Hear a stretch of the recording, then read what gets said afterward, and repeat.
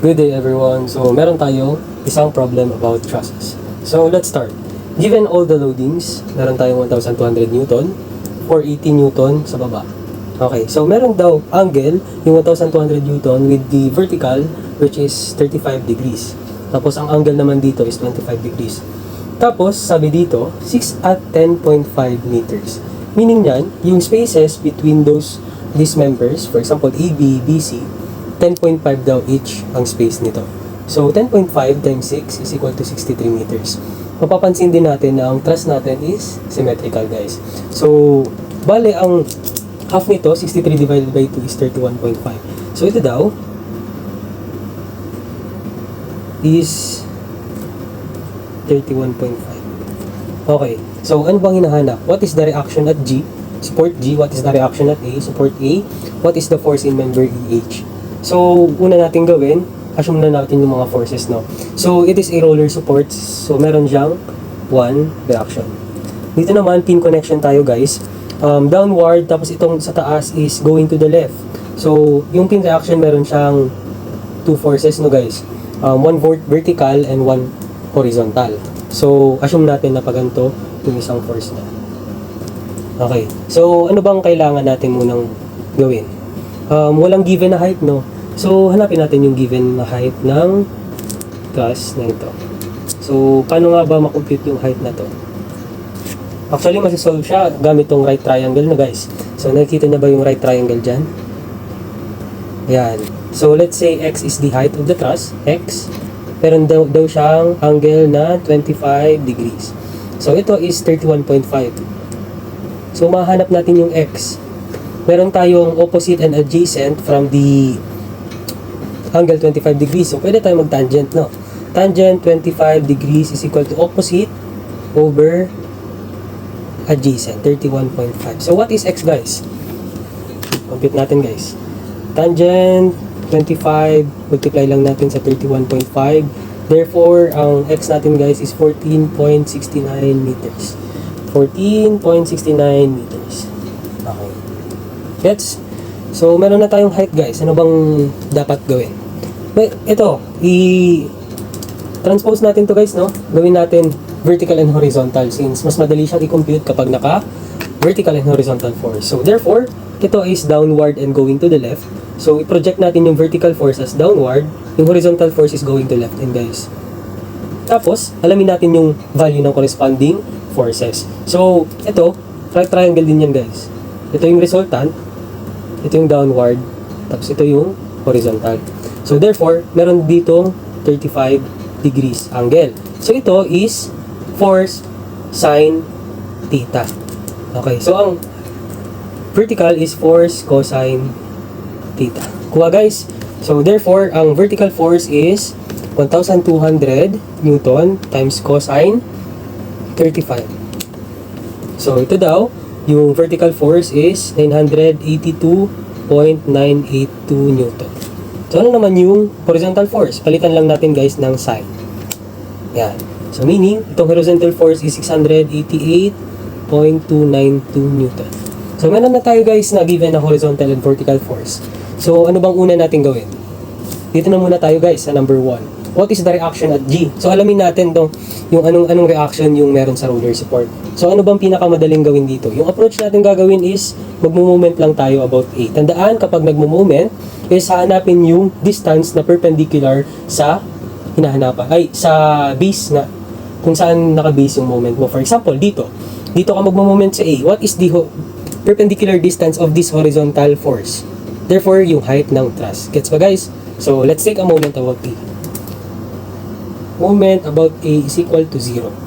And guys, let's assume that clockwise is positive. So, umpisahan na natin.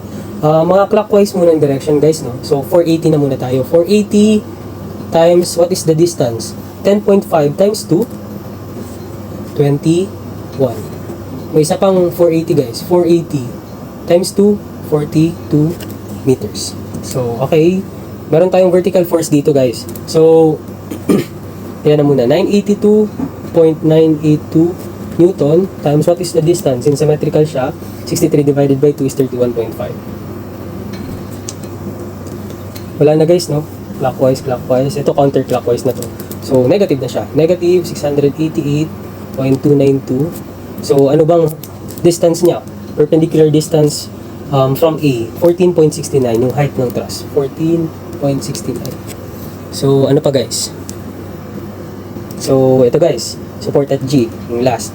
Minus, counterclockwise siya since assume natin is clockwise is positive. So, counterclockwise about movement at A. So, G times the distance which is 63. Okay, meron pa ba? 1, 2, 3, 4, 5 forces. 1, 2, 3, 4, 5 forces. So, equals 0. So, what is this G? What is the reaction at support G? So, let's compute.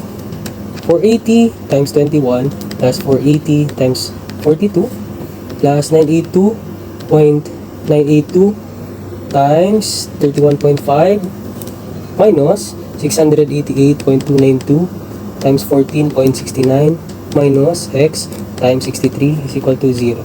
So, what is G? 810.999. So, sabihin natin 811 guys. 811 Newton. So, ito na ba yung tamang answer? Yan ang yung tamang answer, no? Lagyan na natin dito. 811 Newton. Okay. So, let's start with the reaction at A. So, ano bang gagawin? Meron na tayong upward reaction ng G. So, hanapin na muna din natin yung vertical force sa reaction at A. So, summation forces vertical tayo guys. Positive, upward force is positive. So, ito lang naman, no? Unahin natin yung 811. 811 minus 480 minus dalawang 480 minus itong vertical force na nasa taas. 982.982. Ano pa ba? Wala na guys, no? So, ito na. Minus, sabihin natin AY to. Ito AX. Minus, plus AY is equal to 0. So, ano yung AY natin guys? 811 minus 480 times 2 na natin siya guys. Minus 982.982 plus x is equal to 0. Shape solve. 1131.982. So, AY is 1131.982 Newton. So, ito na ba guys yung answer? Di pa no? Since ang hinahanap is reaction at A. So, therefore, ang hinahanap niya is the resultant reaction or force at A. Yan yung hinahanap guys. So, hanapin na muna natin yung AX. Mapapansin sa taras na wala namang external force na horizontal, kundi ito lang, no guys. So, therefore, we can assume or we can conclude that AX is equal to 688.292. Tama guys. So, hanapin natin yung resultant force ng A. So, therefore, 1131.982 squared plus 688.292 squared. So, what is the reaction at A? So, answer squared plus 688.292 squared.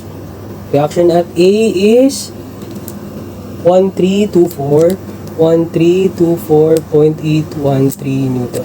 Ito na guys, yung final answer sa reaction at A.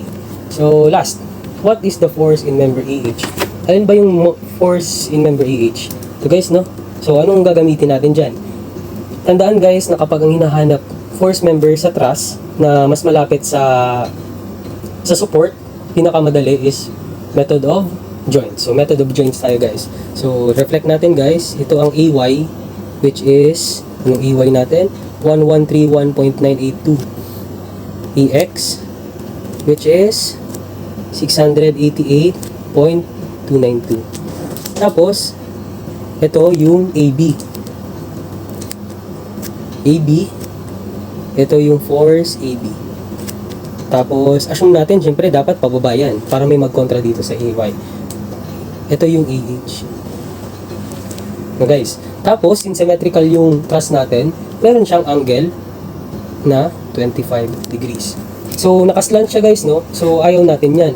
So, let's project yung vertical force and horizontal force. Saan natin ilagay? Dito na lang, no? Ito yung AH Y, ito yung AH X. So, paano mahanap yung AH? Pwede tayong summation forces vertical is equal to 0. And guys, no? So, therefore, anong mga vertical force? AY lang, tapos yung AHY. Paano ba mahanap yung AHY? Since itong AHY, kapag pinroject, Ito yung resultant, which is AH. Tapos, ito yung horizontal force, no guys. Tapos, ito yung vertical force, AHY. AHY, AHX. Ito yung given angle. Opposite siya, guys. So, therefore, AHY is equal to AH sine. Sine ang gagamitin natin. Sine theta. So, therefore, 1131.982, ito yung AY, is equal to, anong AHY? AH sine theta. Anong theta? 25. So, what is AH? 1131.982 divide natin sa sine 25. Okay, 2678. 2678.498 Newton. Ito na guys, yung tamang sagot. Kuha guys. Yan. Thank you.